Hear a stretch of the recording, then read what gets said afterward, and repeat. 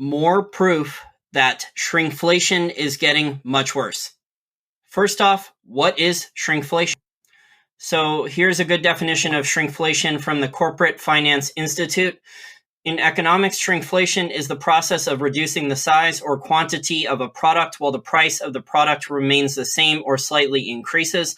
In some cases, the term also indicates the lower quality of a product or its ingredients while the price remains the same. So adding in here, that's called substitution, which is also not good for the consumer.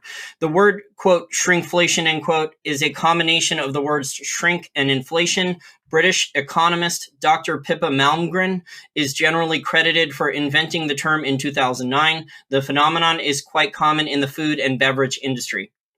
Yeah, also grocery stores and consumer staples, as you can see by my picture here that I have in the background, that I just recently took side-by-side comparison of Charmin Ultra Strong toilet paper, the 12-pack.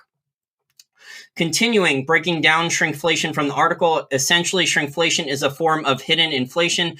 Instead of increasing the price of a product that would be evident to consumers, producers reduce the size of products and thus raises the price per unit of weight or volume. So you get less goods and services for more dollars or euros or British pounds. The consumers are getting screwed over.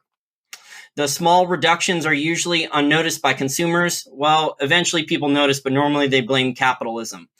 Shrinkflation is mostly used by the producers in the food and beverage industry whose consumers are concerned only with the price of goods and less concerned with their quantity. Note that the shrinkflation cannot be viewed as a fraud or misrepresentation of products. Conversely, producers always indicate the weight, volume, or quantity of their products on packaging label. It's there if you want to look at it. Just because the price stays the same or only increases a little bit does not mean you're getting the same amount of goods. The cost per unit has spiked very, very rapidly. And these companies are not evil. This is not the fault of capitalism. If these companies do not have a profit margin, they are in trouble, risking going bankruptcy too, because a lot of these companies, whether they borrow debt or not, and the ones who borrow debt are in even more trouble than the ones who did not, especially if their margins are thinner. But these companies have to have a margin. And if their margins dip too low, then workers get fired, the company could go bankrupt, and bad things happen to the company too. So the Austrian School of Economics definition of inflation is an increase in the money supply or increase in credit. And this monetary inflation or credit creation, massive credit creation, is what leads to the effects or symptoms of higher prices throughout the economy. Due to Cantillon effects, these things are going to be uneven. There could be higher labor costs, there could be higher energy costs, other inputs into a good or service could increase. But the point is that the monetary inflation, these central banks, these governments, forcing massive amounts of QE and credit creation in all these different countries is what's causing the supply chain flooding it. Okay, inflation is, as Ludwig von Mises says, 100% government created. And in the private sector, the producers of these goods and services, whether it's the company that makes Charmin Ultra Soft or the company that makes Kleenex tissue boxes or restaurants or whatever private sector good or service, they respond accordingly to their costs rising, trying to protect their profit margins.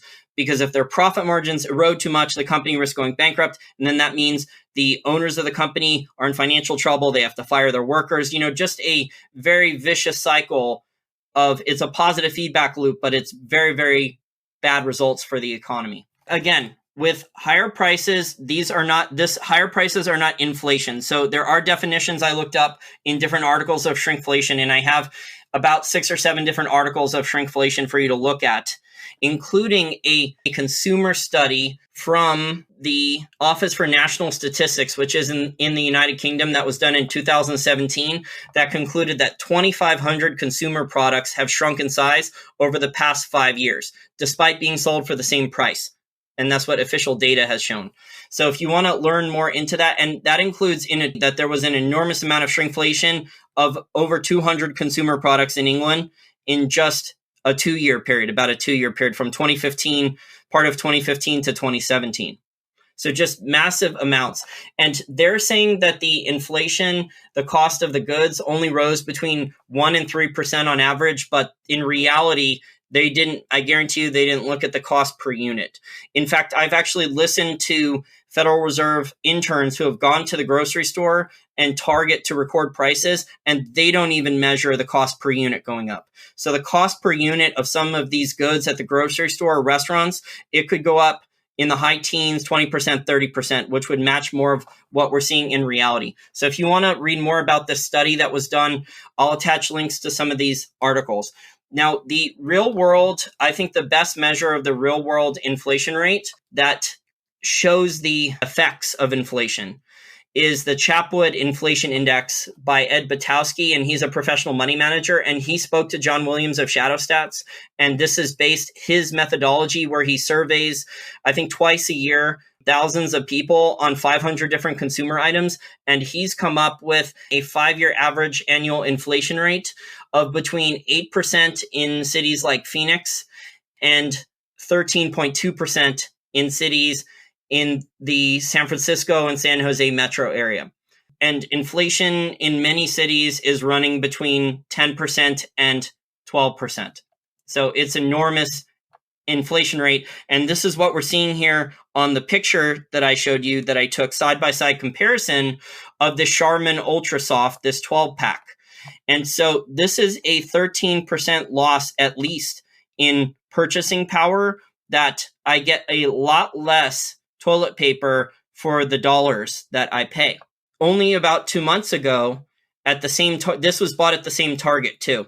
At the same Target, you could buy 54 equivalent 12-roll pack with 330 two-ply sheets for, I think, a lower price than the price I just paid a couple days ago for a 48-roll equivalent 12-roll pack that only has 286 two-ply sheets, and the price was, I think, $1 higher. So already I've lost 13% on just that one good.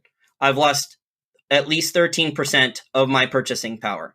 And in some consumer goods, consumer staples, whether it's food or not, people are losing even more than that. Feel free to comment below this video and share some of your stories about substitution, how you've noticed consumer products or restaurants have substituted out goods for lower quality to maintain their profit margin, or a dramatic reduction in portion size at either a grocery store or restaurant, or just loss of consumer staples. Another massive evidence of shrinkflation is in Kleenex tissue boxes.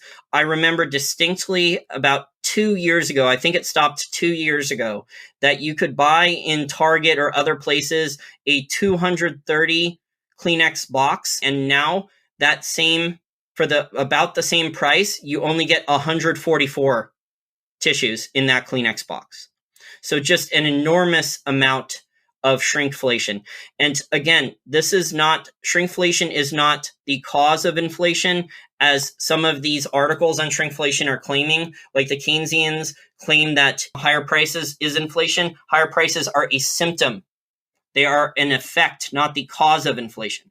The cause of inflation are these governments and their central banks flooding the global economy and individual economies with massive amounts of artificially cheap digital debt-based fiat currency and credit.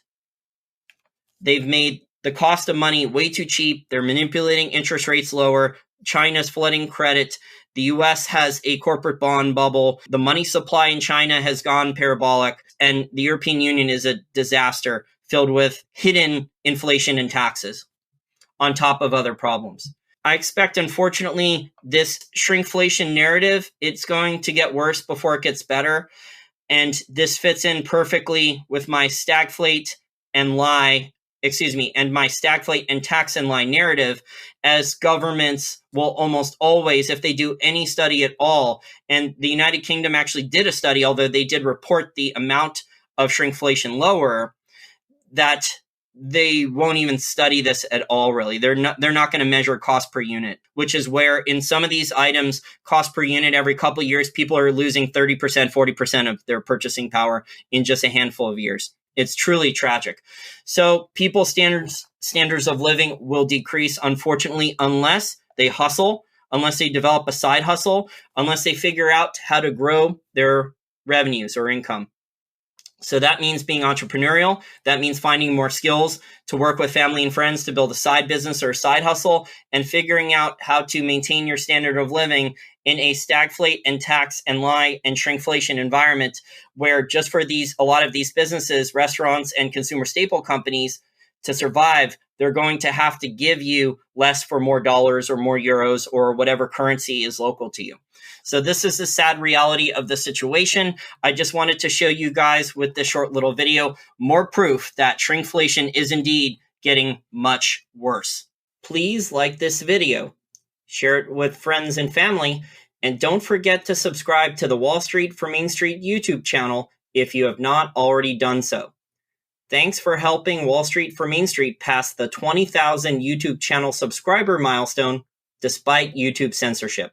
Hopefully, we'll be able to get to 30,000 or even 40,000 YouTube channel subscribers quickly if YouTube doesn't shut down this channel.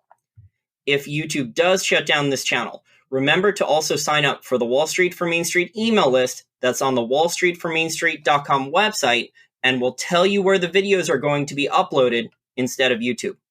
Also, if you really like the content and you decide that you want to give a one-time donation, you can go to wallstreetformainstreet.com. That's wallstreetformainst.com website, where there's different options for you to do so. Or you can become a Patreon contributor. Thanks for listening, and I look forward to providing my loyal listeners with some of the best information, analysis, and financial education available out there, free or paid, as I work to grow the podcast and also get my educational technology company funded.